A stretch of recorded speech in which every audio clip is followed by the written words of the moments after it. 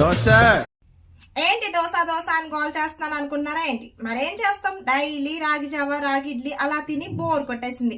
So అందుకోసం అని చెప్పి ఈ రోజు అయితే రాగి పిండితో చాలా క్రిస్పీగా ఉండే దోశ అయితే చేస్తాను. మీరు కూడా తప్పకుండా చూసేయండి, అలాగే మీ ఆరోగ్యాన్ని మరింత పెంచుకోండి.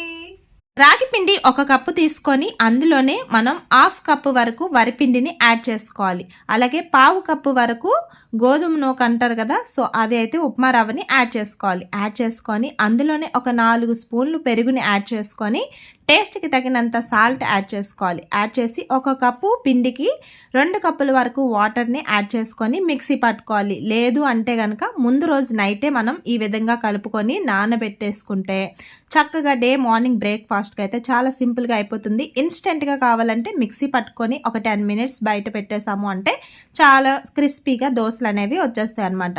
సో ఇప్పుడైతే నేను ఇంకొక బౌల్లో ఇప్పుడు మనం కలుపుకున్న బ్యాటర్ని యాడ్ చేసుకొని అందులో కొంచెం ఇంకా వాటర్ని యాడ్ చేసుకొని కన్సిస్టెన్సీ చూసారు కదా, వాటర్లా ఉండి అందులో జీలకర్రని యాడ్ చేసుకొని మంచిగా కలుపుకోవాలి. ఇంకా దోశ ప్యాన్ వేడెక్కిన తర్వాత కొంచెం ఈ విధంగా వేసుకోవాలన్నమాట. కొంచెం ఈ విధంగా వేసుకున్నాము అంటే కొంచెం ఆయిల్ని పైన లైట్గా ఆయిల్ని వేసుకోవాలి చుట్టూ కూడా. కొంచెంసేపు వదిలేసాము అంటే చాలా క్రిస్పీ దోశ అనేది రెడీ అయిపోతుంది. టర్న్ చేసి ఒక 2 మినిట్స్ విడిచిపెట్టేస్తే చాలా టేస్టీ అయిన దోశ రెడీ అయిపోయింది. ఇంకా నెక్స్ట్ ఇంకొక ప్రాసెస్ కూడా ఉంది. సేమ్ అదే ప్యాన్ మీద కొంచెం ఆనియన్స్, క్యారెట్, పచ్చిమిర్చి, అలాగే అల్లం, కొత్తిమీర యాడ్ చేసుకొని ఇంకా సేమ్ అదే ప్రాసెస్లో మళ్ళీ ఈ దోశ బ్యాటర్ని ఈ విధంగా యాడ్ చేసుకోవాలి.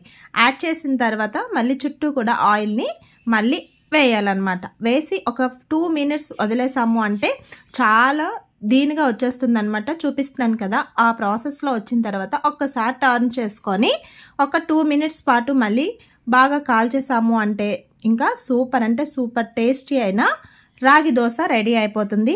ఈ రాగి దోశ అనేది మన టొమాటో చట్నీతో తింటే ఇంకా సూపర్ అనాల్సిందే. ఇంకా మరి మీకు నచ్చిందా? నచ్చితే లైక్ చేసేయండి.